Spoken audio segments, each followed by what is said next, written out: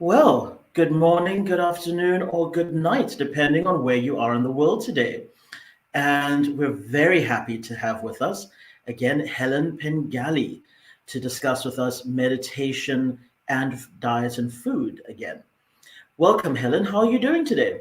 Oh, hello, Stefan. Well, I'm very happy to be here again, and because we missed our conversation a couple of weeks ago because you were having it was electricity that time, wasn't it? Yeah. It was, yes. So Welcome it's to good being to in a be third back. world country. But I think that quite kind of leads quite nicely into the topic of meditation because these things happen, and and meditation helps us to sort of manage our mind, manage our emotions, so we don't get thrown by these things Yes. that happen that are out of our control. Absolutely. Before we actually go a little bit further with that, because I've got something that I want to mention on exactly that topic, but just for our listeners who are maybe catching the replay as well, please do like and subscribe just below this video so that you're able to stay up to date on any new information and videos as and when they come out on our channel, which some of you will have noticed is now starting to become daily. So that's quite exciting for a lot of our viewers as well. But coming back to your point, Helen, about when you meditate, you're able to handle these things a little bit better. And I can tell you, I mean, I live in South Africa, and beautiful place to live, even with all the problems that it has.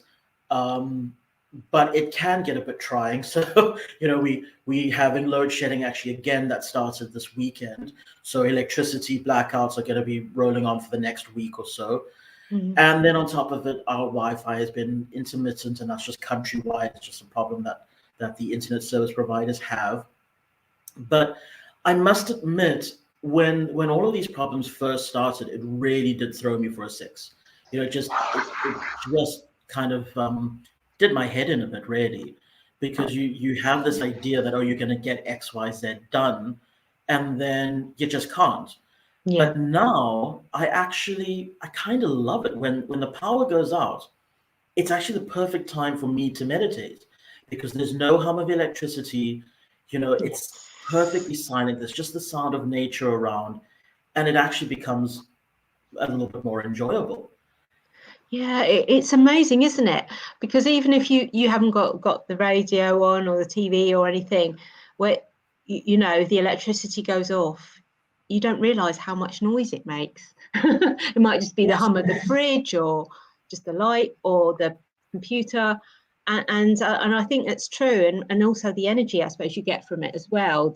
That's gone, and we're sort of back, really connected with nature, and not noticing how this sort of all this electricity is kind of like it's there, isn't it? It's in the air, even if we're not sort of consciously aware of it. And then it's only when it's not we realize, oh God, yeah, that is there. It's like I always turn my Wi-Fi off at night and things like that because I'm conscious that really you can't do without it in the day when you need it for work and stuff, but you can at least turn it off at night and sort of And this is the thing. yeah.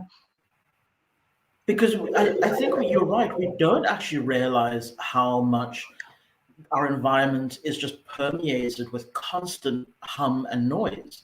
And it's not sort of natural sounds. It's very unnatural, actually, that hum of electricity constantly throughout the day. Like you say, the fridge and even just the lights. Yeah. I never realized how much noise comes from a light fitting until we started having blackouts. And I suddenly realized, oh, I don't hear anything. And then I go, what? I'm too far away to hear the fridge. So why am I noticing that I'm not hearing anything in sort of my office? And then you realize, oh, it's because the light's not on. And even Yeah. when it's not on, it's still a general hum around you, and you just don't notice it. And I think that's why it is so important for people who are on this journey, looking at meditation, looking at their diet, and being more conscious of what they're taking in, to also be conscious of getting back out into nature and away from sort of the hustle and bustle. Yeah, it was interesting because this morning, when I got up, because obviously now we were just talking about you're going into summer down there, we're going into winter, so of course the days are getting shorter. So when I get up in the morning now, it's usually dark, and I open my curtains and I could just see the sky with this little pink. I'm thinking, the sun will be starting to come up. So I went down to have a look at the sunrise, watch the sunrise down at, so I live near the beach. And so, so this time of year, the sun's coming up over the sea because it's moved round, in the winter it comes up over the land. So when it comes over the sea, it looks beautiful. And I just noticed, I was just standing there. I mean, I did take a photo and then I put my phone on, but I just noticed, like, these days, everybody, we see that, we've got to take a photo of it. We've got to take a photo of it. And just instead of just enjoying the moment. I mean, I don't know why I took my phone with me this morning. I don't usually, but and I thought, maybe I'll share it on Instagram. And then I thought, why? Why? It's and it's these kind of distractions that we kind of do just without thinking, because it's kind of become part of our daily life. And going back to what you were saying about the electricity, I think I was first aware of that. I don't know. In March, I think it is. There's they have the Earth Hour, when the idea that you turn your lights off for an hour. And when I can't remember when they first started doing that, because it was my old house. So it's probably about 11, 12 years ago. And I thought, well, I'm not just going to turn my lights off. I'm going to turn everything off. And then I think that's when I first realised how quiet it was without all that electricity buzzing around. So, and that's like something I like to do sort of quite regularly, because it's just, you just get that feeling of peace that without, because you just feel more connected, not. It is quite ironic, really, isn't it? We think, we're connected, with electricity, and it's great. We're not going to knock it, because we wouldn't be able to do this without it. But at the same time, it's just because we don't have it, it doesn't mean we're not connected. We're still connected to something greater than ourselves. And I think, it's important to remember that, because I think that was when I realised, when I first started leading meditations, that was when I realised that there's something greater here. I'm part of something bigger, because the first time I was due to lead meditation, some new people came along, and there was somebody who was more experienced, and he said, do you want me to take over? Because it was like my first time. And I said, no, this is an opportunity for me to step up. And that's when I realized that it's like, okay, I'm meditating, but and one of the things, with meditation, that you become, the more you practice, you realize that you're not this body. This is just like this vehicle that carries our soul around the earth in this lifetime, and that's not who we are. And we're not even our thoughts as well, because it's like, because we're able to sort of watch our thoughts and be conscious and observe them. So it's like, and then you realize, well, who's observing these thoughts? And it gets quite, you can sort of blow your mind a bit as well, like, oh my God, what's going on here? And then you sort of realize, well, these thoughts, this body, whatever, that's not me. Because we see, after somebody dies, the body's still there, but the essence of who they are has gone. We don't know for sure. I mean, we have ideas, but we'll find out, at the end of our lives, what happens afterwards. But it's kind of like gets you back to who you are, and again, coming back to what we were saying about how you deal with all this stuff that happens in day-to-day life. And it's kind of a good reminder, thinking, well, that's not me. It's like the person that's getting angry or upset or whatever, that's not me. That's not who I am. The essence of who I am is still there. We've just put on these sort of like this armor of belief and prejudice. I can't say the word now. Prejudices where we've been conditioned by society, and underneath all that, it's like you've got to go through this sort of like process, I suppose, to sort of crack that open and just get rid of all that stuff to come back to who we really are. Absolutely. And it's so interesting that you bring that up, because the first time that I attended a meditation class, I didn't really think anything of it until that question was actually raised, observe your thoughts. And then the person leading the class goes, now I'm really going to blow your mind. If you can observe your thoughts, who's having the thoughts and who's observing it? And that's when you suddenly realize, oh, goodness me, I'm not my thoughts. My thoughts are just part of a process that happens in the body, but that's not me. That they stem from something that comes from me, yes, but it's not who I am. And as you say, that core of who we are is very much still there, deep underneath all the layers of everything that the world puts on us. Yeah. And that's, why I'm sort of quite cautious and say to other people about when you use the words I am, because they're sort of like, whatever language they're in, the most powerful phrase that there is. So it's like when you realize that you're not your thoughts, and people say, I am, give an example.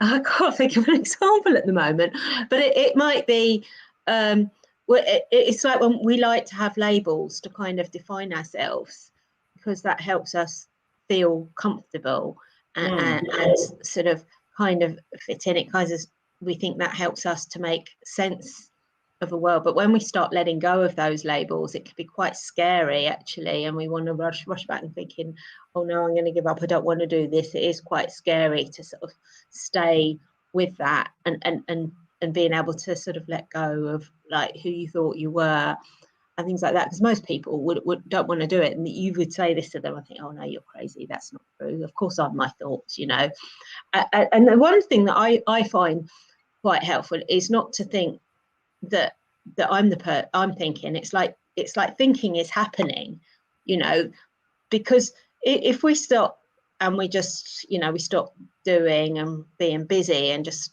watch our thoughts, we realize that we don't have to do anything. The thoughts will just keep coming regardless of what we do.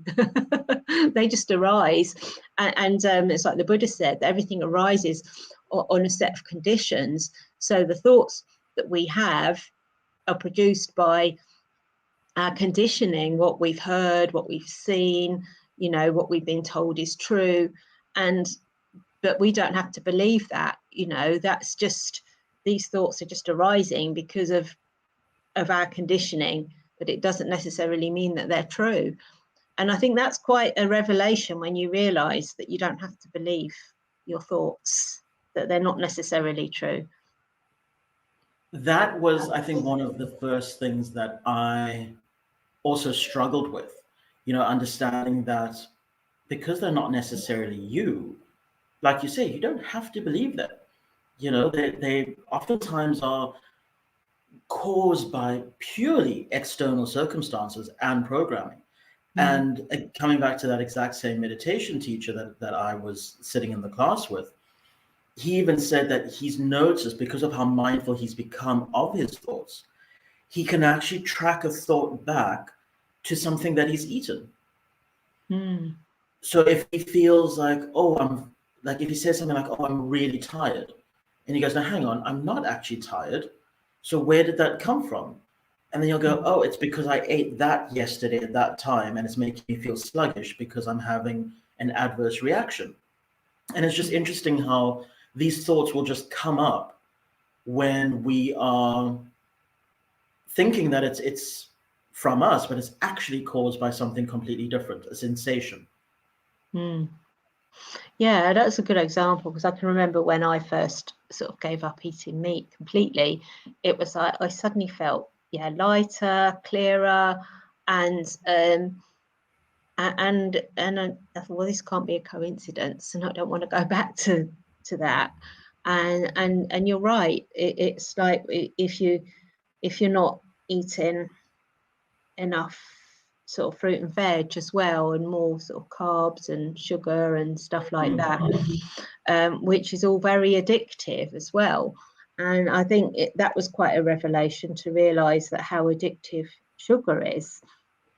And I think, you know, I don't eat a lot of sugar. I haven't given it up completely, but now I know that because when you become aware that it's addictive, then you can change your relationship with it. It's like, well, okay, and also not feeling guilty. I mean, that's the whole problem with the whole diet culture. It's like it's all around feeling guilty, and you shouldn't feel guilty because that doesn't help. So because if you feel that you're depriving yourself of something, then eventually you're going to cave in, aren't you? So now it's like, if I want to have a piece of cake or something, I'll enjoy it for what it is, and I'm not going to feel guilty about it. And just knowing that, because what's his name? I can't remember the guy's name now. A book I read recently, and of course, was it? I think it was David Hawkins was saying that around your beliefs around the food as well. So it's like if you're feeling guilty and you're having these kind of negative thoughts around it, and it's like, well, it's not going to do you any good. So it's like, so a lot of it's not just the actual food itself. I mean, we talked before about when you're cooking and the energy that you put into it, but also when you're eating it, it's like the thoughts that you're having about it. So if you think, oh, this is going to be bad for me and I'm feeling bad, well, then it's going to lower your vibration. And you know, if you've ever done muscle testing, you'll know that when you have negative thoughts, it actually weakens your body. So if you're not feeling bad about yourself, if you're not having these negative thoughts, then the food is going to you're going to get the nutrients from it. Whatever, even if they're not very, you know, even a piece of cake has got some nutrition in it. It might not be as nutritional as a salad, but it's still got some nutrients that your body needs. So if you're having good thoughts about it, then you can take those nutrients and choose right. Well, I'm gonna even if it's just a case of like, oh, it's going to give me a bit of a dopamine hit and it's going to make me feel better and cheer me up because I've been having a rubbish day, and I'm going to have this as a treat, you know. So you know, why not? And you can look at it instead of feeling bad about it, saying, well, this is just an act of self-care. It's a little treat for myself to because it's going to cheer me up if I eat this. And then, you know, then you can move on, leave it behind and say, well, this is just today, and tomorrow I'm going to have a salad or whatever. And that's the thing. I think we get, as humans, we can be very sort of fatalistic and think, oh, what if we've fallen off the wagon with something? Okay, I didn't meditate today, or whatever it is, or I had a cigarette or a glass of wine. It's like, oh no, I'm doomed. Well, you're not, because the next day you just start again.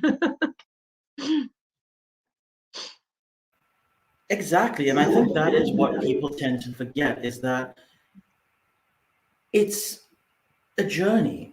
It's not a one and done war. You know, it's something that you go on throughout your life. And I actually read a really interesting comment just around the whole concept of food and guilt and all of that, and also specifically around lowering of vibration, which is what a lot of people who are in the spiritual community tend to consider as around what they're putting in their bodies. You know, is this going to improve and increase my vibration, or is it going to decrease my vibration?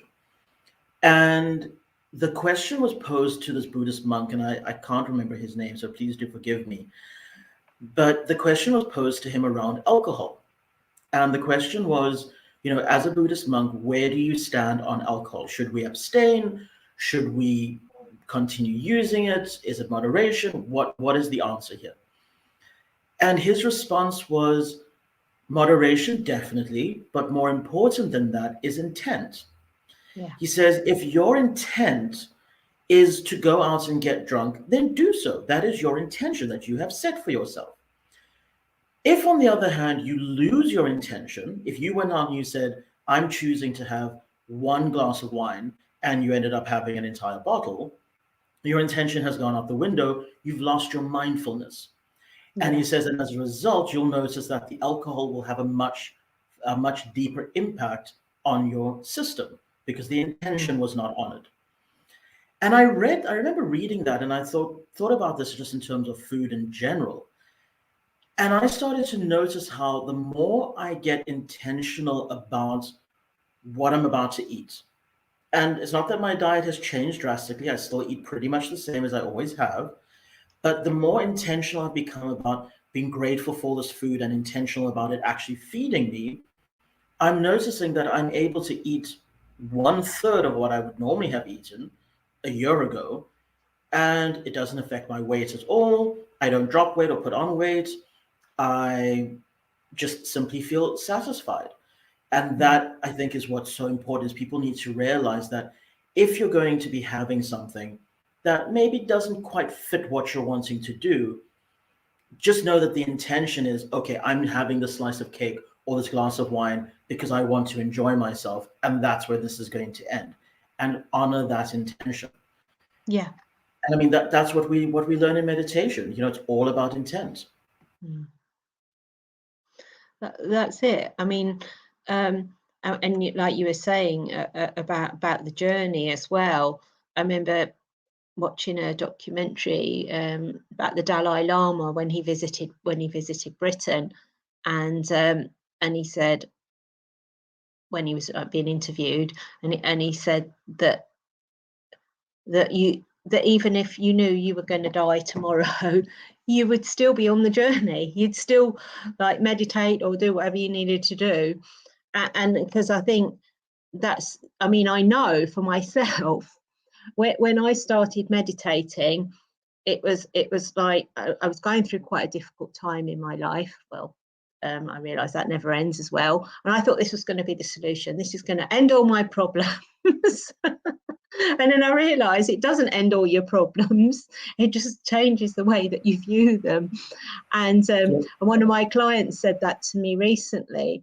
The thing, that she'd signed up for coaching with me to deal with, and at the end of our sessions, when we were reflecting how far she'd come and what had changed for her, she said, well, I'm still doing the thing. Obviously I can't say client confidentiality, but she said my attitude towards it has changed, and I feel better about myself.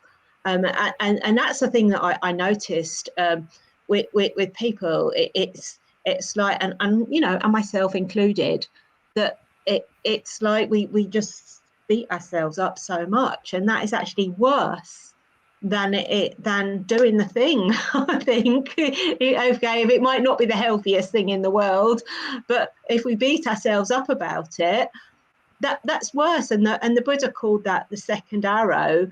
It's like something happens, and which and if you think about all events are neutral, they just it's then what we add to that, our thoughts, our beliefs about it, that cause the pain and the suffering. So so it's like if the internet goes down, for example, again, that's a neutral event. Nobody's doing it deliberately to make our lives difficult and create problems for us. We then create our problems because we get angry, we get upset, we think, oh well, I wanted to do all these things today and I can't now because I can't get online, instead of and then that just causes us to get even more stressed. And Yes. and because I remember, well, it's when I was moving house, when I moved to where I'm living now, and the day I moved, I drove down the road, left my old house, and I got a flat tire, got a puncture, so I had to take it to the garage to get a new tire. And so I gave the removal men the key, and they sort of carried on while I was waiting for my car to be fixed. And they said to me afterwards, they said, we've never seen anybody as calm as you when they're moving house, because they say, isn't it, like it's the top 3 things, the most stressful things is moving house, death and divorce. And I said, well, you know, the tyre blew, but there wasn't much I could do about it. You know, I have to go and get a new tyre, otherwise I can't get to my new house. So you just got to get on with it and just and I suppose you realise as well that most people they're not able to do that because they haven't been taught, they haven't, you know, been given the skills. And I think you notice on your own journey that that's when you realize, because it doesn't happen straight away, and then when things like that happen and you start responding differently, you realize, oh yeah, this works, this has had a beneficial effect, and it kind of then gives you the motivation, the encouragement you need to keep going, because you can see the benefits from it. Even though, you know, after I started meditating, you know, I didn't become a millionaire and whatever.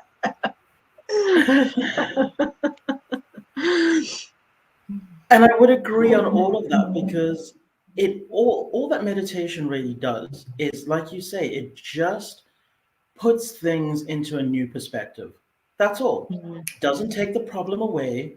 It just makes it puts it in a very real state. Because we do tend to do this thing where, you know, stresses and strains and challenges come our way and we blow them up completely out of proportion because our emotional state is out of whack. Where when you've been meditating and you've been on this mindfulness journey and you're starting to apply the processes in your day-to-day life, something big comes your way and you just go, okay, let's just deal with it. You know, it's not going to go away. It's not going to disappear just because I wanted to. So let's just deal with it and we'll do our best. And that's all that anybody can ask of us. And I think that is just such a beautiful tool that it does impart to us, to just realize, like we said at the outset, that we are not our thoughts. You know, when your thoughts go, oh my goodness, this is so awful and I can't believe this is happening, you actually are able to observe it and go, okay, that's not me. That's just programming. That's all that is. Yeah, and that's the thing, isn't it? It's like the thoughts and the feelings, they still come up. It's like something happens, like, okay, the internet goes down when, you know, we've got to do our talk, there's no internet, and then you can still start feeling angry and frustrated. And that doesn't mean to say, you know, that you're going to stop having those thoughts, but as you say, it's then you realize that that's just the result of your conditioning, and the fact that we're sort of almost sort of like programmed by society that we have to be busy and productive, and that goes against that. It's like, oh well, if I haven't got any internet and I've just got to, all I can do is sit quietly and read my book and have a cup of tea instead, well then that's not being productive. And I think, and again, that's the result of the way that we've been conditioned. And it's hard, you know, in modern day life, because there is so much pressure to sort of like conform and be productive and be successful, or and you know, focusing on all the external stuff, that we've kind of lost our way a bit. And I think, you know, it's like coming back to ourselves, coming back to who we are, why we're here, what's really going to make us happy. It's not going to be anything out there. And it's like, you know, people have said, you know, when they've been to India and they see people that are really poor, but they're happy, you know, because they know that their circumstances don't define them. No, exactly. And I would like to just bring us back to what we were talking around about the whole guilt aspect around food. And specifically because as we start to wrap up this episode, and I think that we've really dropped some great gems today, so I'd like to thank you for that, Helen. But my question to you would be, for our listeners as well, what would you give as like maybe a nugget of wisdom if there's someone out there who is just looking to maybe change the relationship with not food in general, but maybe just one particular little thing. For me, it's I'll go out and put my head on the block. For me, it's donuts. If you put a donut or 3 donuts in front of me, best believe that's it. It's done. I'm going for all of it. Love donuts. That's my comfort food for sure. For people who are wanting to change maybe that relationship and change their perspective, change that guilt, do you have any tips that you would recommend? Yeah, well, yeah, I know what you mean. My weakness is crisps. That's the thing, if I buy one of those big bags of hand cooked crisps, it's like I'll eat the whole bag, So I know what it's like, and I think it's like you said about intention. It's like, well, I know that I know if I buy a bag of crisps, I'm going to eat the whole bag. And I think it's like, instead of like denying it and trying to fool myself and thinking, oh, that I'm not going to eat them all, and what I've noticed is that the more mindful I am about it, and the less guilt I feel, the less I want them anyway. And very often, when I used to go shopping, I'd always buy crisps, but now I hardly ever do. And I don't. And I get home and I think, oh, I didn't even think about walking down the snack aisle today and seeing what was on offer, And I think because kind of like when something's forbidden, isn't it? When it makes it more attractive. So it's like you do that with kids, don't you? It's like when one of my sons, he was quite young, and he said he wanted to get a piercing through his chin, and I think he said it because he was trying to he thought he was going to shock me and that kind of thing. And so I just said, oh, okay. But I said, do you remember when you had that blood test, how much you hated that needle and how it hurt? I said, just imagine what it's going to be like, how thick your skin is there, and putting a needle through there, how much that's going to hurt. He said, oh yeah. And he didn't bother because he knew that I wasn't going to get upset and angry about it. So it's that kind of thing where if something's forbidden, it kind of makes it more attractive in a way. But when you don't feel guilty about it, when you say, okay, I can eat all the donuts that I want, I think then if you said that and then you started eating loads of donuts, after a while you get pretty sick of them anyway, wouldn't you?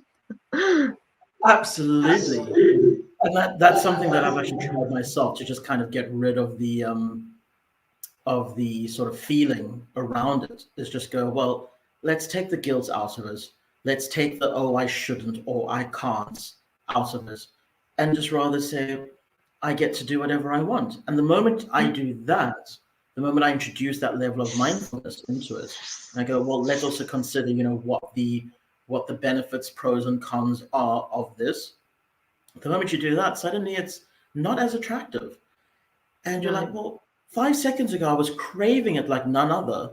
Why has this now shifted? And it is just, as you say, taking that one thing out of the whole process, that forbidden fruit aspect, and suddenly it loses its allure. Yeah, exactly. So yeah, and I think it's, and also, those feelings of guilt or whatever, they use up a lot of energy, don't they? How much energy do we take feeling guilty about it and think, well, if I'd just gone and eaten the donut, it would be done now, instead of me sitting here for 3 hours feeling guilty about it.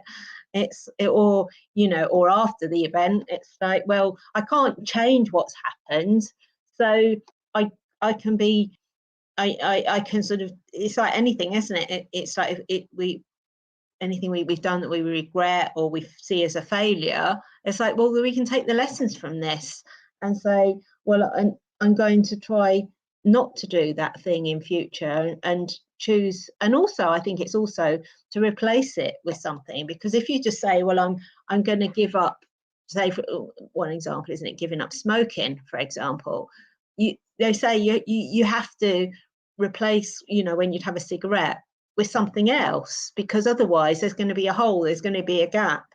And so why a lot of people put on weight, isn't it, when they give up, because they replace the cigarettes with food.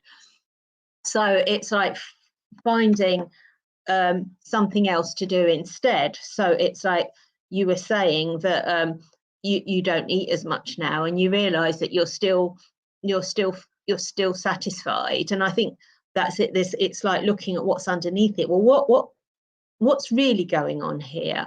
Am I really hungry, or is there part of me that's looking for sort of some validation or some kind of satisfaction? Are there some other needs that aren't being met?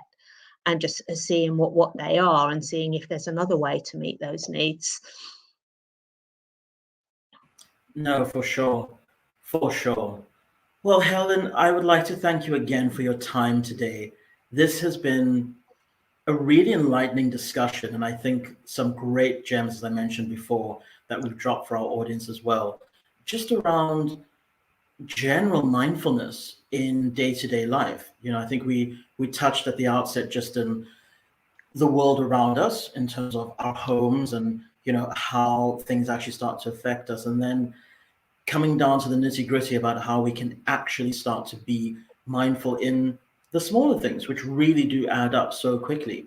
And my personal favorite takeaway is definitely just doing away with the guilt around it, and instead being able to live a life of more joy and peace as a result. Yeah. And it's just, just starting to love ourselves more. That's hard. I think that's one of the hardest things to do, is to love yourself. But it's just like you have to keep, every day I've got to learn to love myself a bit more, and just accept myself. And definitely, because I think when we way we talk to ourselves, we're feeling guilty about doing, say, you've eaten your donut, and then you're beating yourself up, and you're telling yourself, oh, you're stupid, you're a bad person. And I'm thinking, well, would you say that to somebody else who ate a donut? I'm sure you wouldn't. So don't do it to yourself. And I think, I noticed that for myself a few years ago, when we had to write a letter to ourselves. And when I got the letter and I saw how critical I was to myself, and I'm thinking I would never have written a letter like that to anybody else. So, and I think, that will be my main message today to take away, is to be kind to yourself. And feeling guilty and feeling shame, it's not being kind to yourself. And that's it for this week. We seem to have lost Stefan, but I know that they were having problems with their internet. So it's been lovely being here again. Oh, he's back now.